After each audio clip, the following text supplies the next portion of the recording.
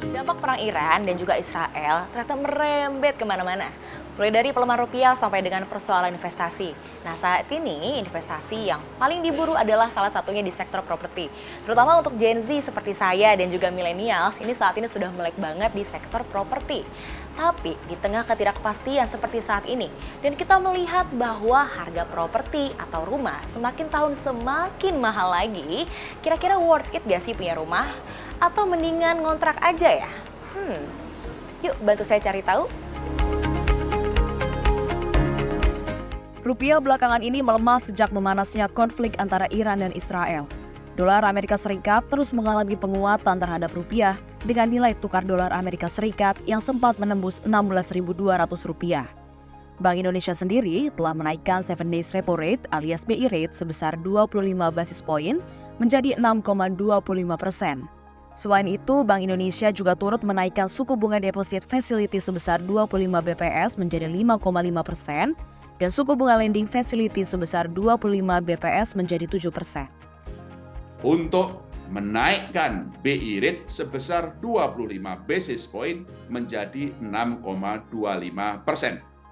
Suku bunga deposit facility naik sebesar 25 basis point menjadi 5,5% dan suku bunga lending facility naik sebesar 25 basis point menjadi 7%. Kenaikan suku bunga ini untuk memperkuat stabilitas nilai tukar rupiah dari kemungkinan memburuknya risiko global serta sebagai langkah preemptif dan forward looking untuk memastikan inflasi tetap dalam sasaran 2,5 plus minus 1% pada tahun 2024. Dampak pelemahan rupiah memang belum terasa signifikan pada sektor properti.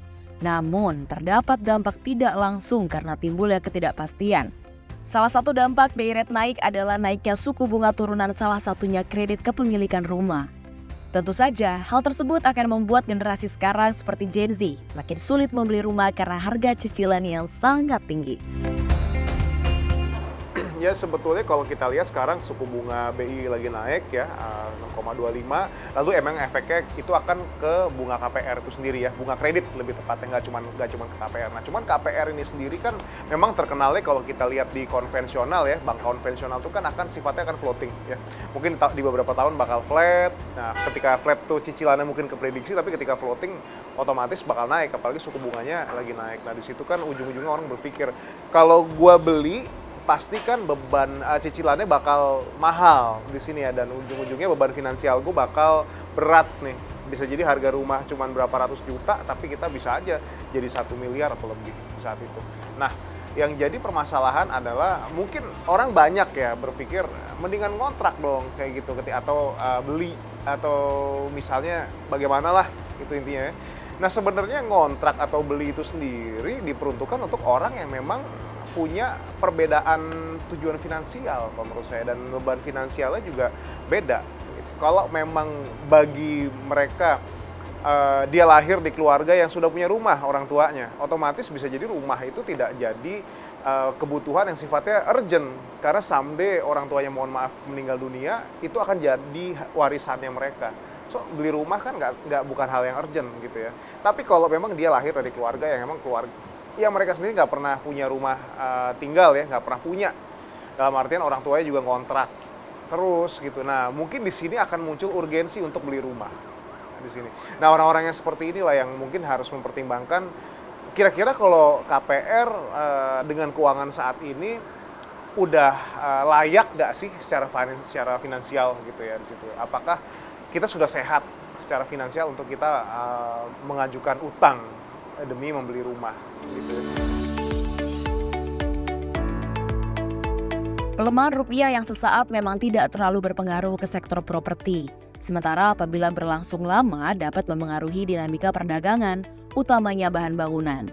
Chief Executive Officer Damai Putra Group Alim Gunadi mengatakan bahwa peningkatan suku bunga erat kaitannya dengan kenaikan harga properti maupun beban bunga nasabah baru yang akan mengambil KPR maupun KPA. Selain itu, kondisi ini juga akan berdampak ke developer yang baru akan melakukan pembangunan, termasuk kenaikan bahan bangunan terkait falas. Bahkan, jika rupiah terus melemah, bahkan menyentuh Rp17.000 per dolar Amerika Serikat, maka harga properti untuk tipe rumah tertentu diperkirakan akan naik sekitar 20-30%.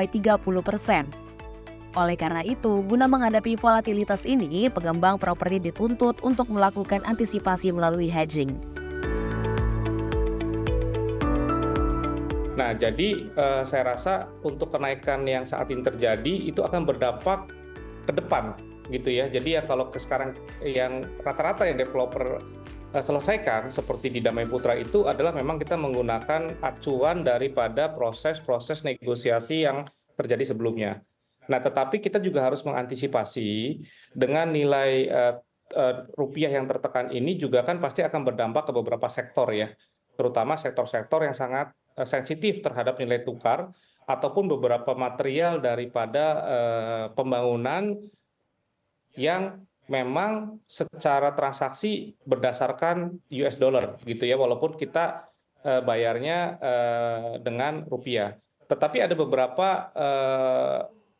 strategi yang memang harus dilakukan, yaitu biasanya kalau kami melihat sangat volatile itu biasa kita yang umum adalah kita melakukan hedging gitu ya, kira-kira seperti itu, dan kita sepakat bahwa memang di Indonesia ini pembayarannya adalah melakukan rupiah gitu ya. Jadi memang dari awal kami sudah harus melihat ada satu fleksibilitas terhadap perkiraan kenaikan dari tingkat nilai currency ya atau nilai tukar rupiah untuk ke depan, khususnya untuk beberapa material yang kita dapat dengan harga pada saat bernegosiasi dengan harga dengan currency US dollar. Namun, di sisi lain, sejumlah ekonom memproyeksikan kenaikan suku bunga Bank Indonesia tak akan berpengaruh kepada kredit kepemilikan rumah. Chief Ekonomis PT Bank Sentral Asia David Sumual mengatakan secara historis kenaikan suku bunga Bank Indonesia tak berdampak kepada bunga KPR. Berdasarkan catatannya, meski suku bunga BI naik 275 BPS sejak Agustus 2022, bunga KPR malah turun 58 BPS. Menurutnya, hal ini terjadi karena faktor persaingan antara bank di sektor tersebut. Dengan begitu, pihak perbankan berpikir bolak-balik untuk menaikkan bunga KPR karena takut kehilangan nasabah. Memang tidak ada korelasi ya yang erat antara suku bunga kebijakan ya dengan suku bunga kredit. Karena suku bunga kredit itu juga ditentukan oleh dinamika di market juga ya. Misalnya untuk kredit kendaraan bermotor, ini pemainnya bukan hanya bank, ada multi finance, juga banyak pemain-pemain lain ya yang masuk di situ. Dan juga untuk ceruk yang lain seperti KPR juga sama, ini juga tingkat persaingannya juga sangat ketat ya, dan semua banyak bank-bank bermain di ceruk yang sama, sehingga juga dari sisi persaingan juga relatif ketat. Nah pemirsa, sekarang saya udah ganti mic nih karena saat ini saya mau tanya-tanya ke masyarakat. Kira-kira masyarakat ini lebih pilih KPR atau ngontrak rumah? Mana yang mereka pilih? Yuk ikutin saya. Kalau aku KPR rumah sih Mbak.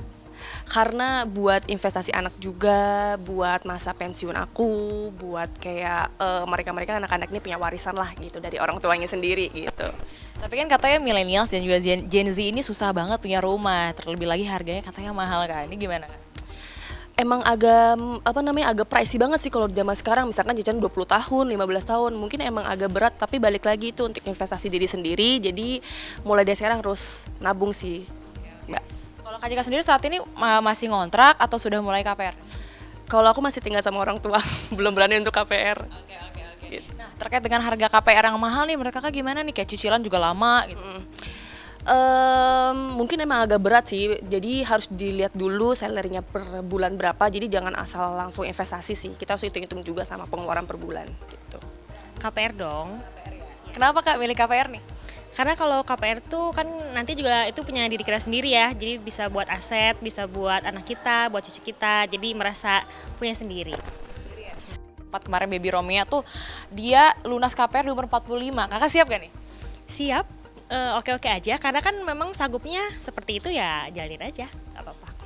Aku lebih ke tim ngontrak sih, karena kalau ngontrak itu tuh lebih simpel, sama untuk pembiayaan pun juga nggak sulit itu karena kalau ngontrak itu tuh biasanya lebih murah dibandingkan dengan KPR seperti itu.